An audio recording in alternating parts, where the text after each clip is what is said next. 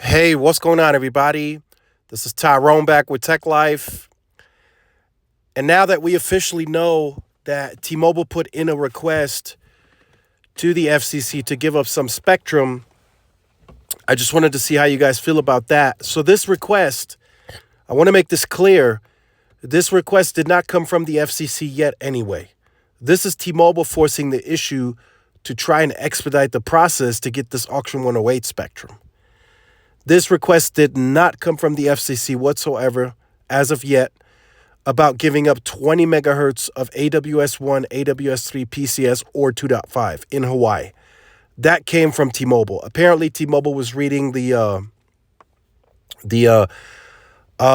complaint letter, whatever was put out, and they saw that Hawaii was a big issue apparently, and they're trying to get out ahead. And they're trying to force the issue because they want to clear Auction 108. It's something they paid for, and they want to be able to deploy this. It's holding them back. It's holding certain business decisions back, I'm sure. So they're trying to get this cleared and put on air quickly as they can so they can move forward and move on from this. But I still see some of you kind of torn about T-Mobile giving up any spectrum on it. It's something they paid for. Why should they have to give up spectrum? And I get it. Why wasn't that discussed previously? Why wasn't that discussed before the auction? Like, hey, look, this might be an issue here and there. We need to change some of these rules. None of that happened. T-Mobile was able to bid on that auction without any rules from the FCC. They bid according to the rules. They bid fair. They got what they wanted. And that's that.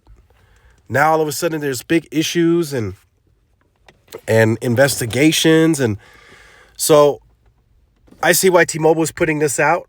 The only pushback I see now is if the FCC release their findings of the investigation and they tell T-Mobile, hey, no, you need to give up more spectrum in this place, that place, and that place. That could be a problem. T-Mobile seems to be willing to do it in Hawaii. And I know the spectrum position is different in each parts of Hawaii.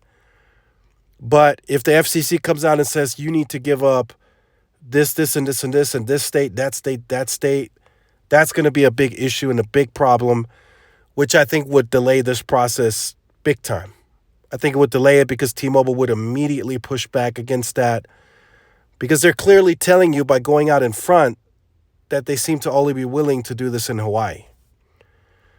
If there's other states in the U.S. that they start saying, hey, you need to unload 10, 20 megahertz blocks here and there, that's when T-Mobile's going to speak up and have an issue with that. So we'll see what happens. We'll see if the FCC agrees to this. We'll see if the FCC releases their findings of the investigation and what they think should happen. We'll see what happens in the coming days. Make sure you guys stay tuned for more. Like, share, subscribe, follow my social media outlets. This is Tyrone with Tech Live. See y'all in the next one. Peace.